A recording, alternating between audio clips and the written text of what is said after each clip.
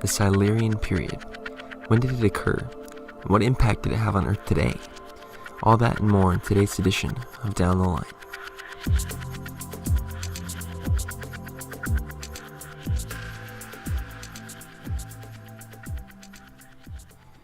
Hey everyone, it's your host Pete. Today we're going to time travel to around 443.8 million years ago, at the start of the Silurian Period. The Geologic Period itself is set at a series of Ordovician and Silurian major extinction events that occurred at the end of the last episode. A huge evolutionary milestone during the Silurian was the diversification of jawed and bony fish. Multicelled life also began to appear on land in the form of vascular plants that grew beside lakes, streams, and coastlines. Terrestrial orthopods are also first found on land during this period, but life on land would actually not greatly affect the landscape until the Devonian. So there are 4 series in the Silurian, each with multiple ages that we'll jump into. So for the first one, it's the Landover series. And in this geologic timescale, the Landover Epoch lasted from around 444 to 428 million years ago. This epoch follows the massive Ordovician Silurian extinction events. So then inside of these are, we'll start with the Aronian Age. And the Aronian Age is the age of the Landover Epoch that lasted from around 444 to 439 million years ago. It was the first appearance of the graptolite species Echidograptis asinus. By the way, if you're very confused by all the periods and eras, I went over all of them starting from the first Earth episode, which was called the Hadean Eon. And if you want to know more about graptolites and conodonts and all the similar species like that, I start talking about them, I think, in the Cambrian Period episode. And that's when I start to look at more like life at those times.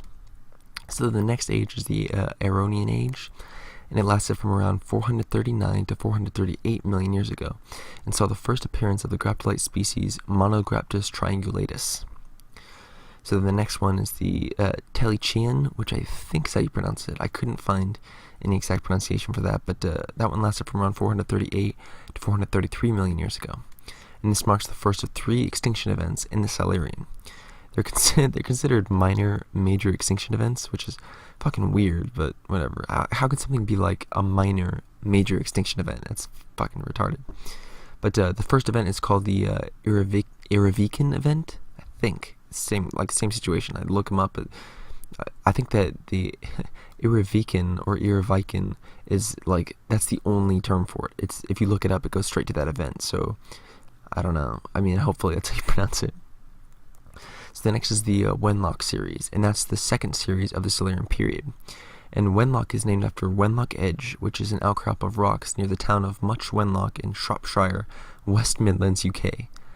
I'm pretty sure hobbits live there. God, I make way too many hobbit references in this podcast. So moving on.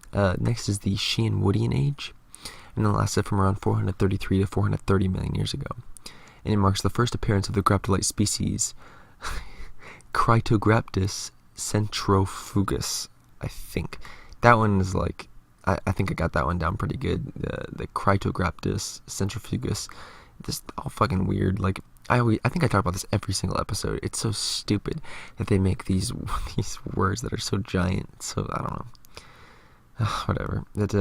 Next is the Hugh Marion Age, and that lasted from around 430 to 427 million years ago. The name comes from Homer Simpson from the animated comedy The Simpsons. No, of course not. It comes from the small village of Homer, Shropshire, near Much Wenlock. But I like my version better, though. I think it fits better with this whole episode. This age also marks the first appearance of the graptolite species Cryptograptis lundgren. The Humerian also housed the Moldy event. So, yep, that's another extinction event, number 2 out of 3. So next is the Ludlow series, and that's series 3 out of 4. So we're already almost done. And this episode I don't think is going to be a super long one. I'm just trying to rush through this a little bit because, all that really happened here is we have little extinction events. I guess there are little major extinction events that are going throughout these series, and then you have, like, I'm just mostly talking about the life that's coming from this point, the graptolite species and stuff like that. So next is the Gorstian Age, and that lasted from around 427 to 425 million years ago, and saw the first appearance of the graptolite species Satograptis colonograptis. Which is, yeah, whatever. Call it Ograptis and fucking both of those words. Next is the Landover Age, and that lasted from around 425 to 423 million years ago. And these gaps are getting really small. I don't know if you guys have noticed that, getting from only 1 to 2 million years. It's named after the town of Ludford in Shropshire, England. The lava event was the last of 3 minor mass extinctions during this period.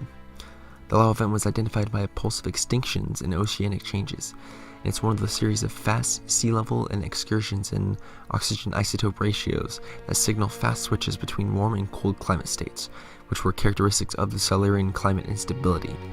So what does all that nonsense mean? Basically, if global warming sounds alarming today, it was fucking horrible during the Silurian. The climate was so unstable at this time due to the ice age at the end of the Ordovician that life in the Silurian kept dying out every couple of ages because it would have drastic changes from being really hot and really cold. So last is the Podoli series. It's the final epoch of the Silurian period. That's right, we're at the fucking end now, guys. And it lasted between 423 to 419 million years ago. It's named after one locality at the Homolka, a Podoli nature reserve near the Prague suburb Silvanek in the Czech Republic. So it's just another long ass name, but it's in the Czech Republic, so that's all you really needed to know. And that brings us to the end of the episode at the start of the Devonian period. Next episode should actually be a good one. From what I've gathered so far, it marks a huge number of land-animal diversification. So that's, I think, one of the first times that a lot of a lot of animals started to kind of go up on land. So it should be a fun one, and I'm actually pretty excited for it. So I hope you all had a great rest of your day or night, and I'll see you guys next time we travel down the line.